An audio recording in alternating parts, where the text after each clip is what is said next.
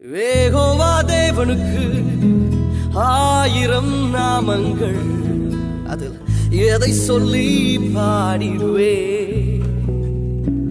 கர்த்தாதி கர்த்தர் செய்த நன்மைகள் 1000, கரம் தட்டி பாடிடுவே. ஹல்லேலூயா.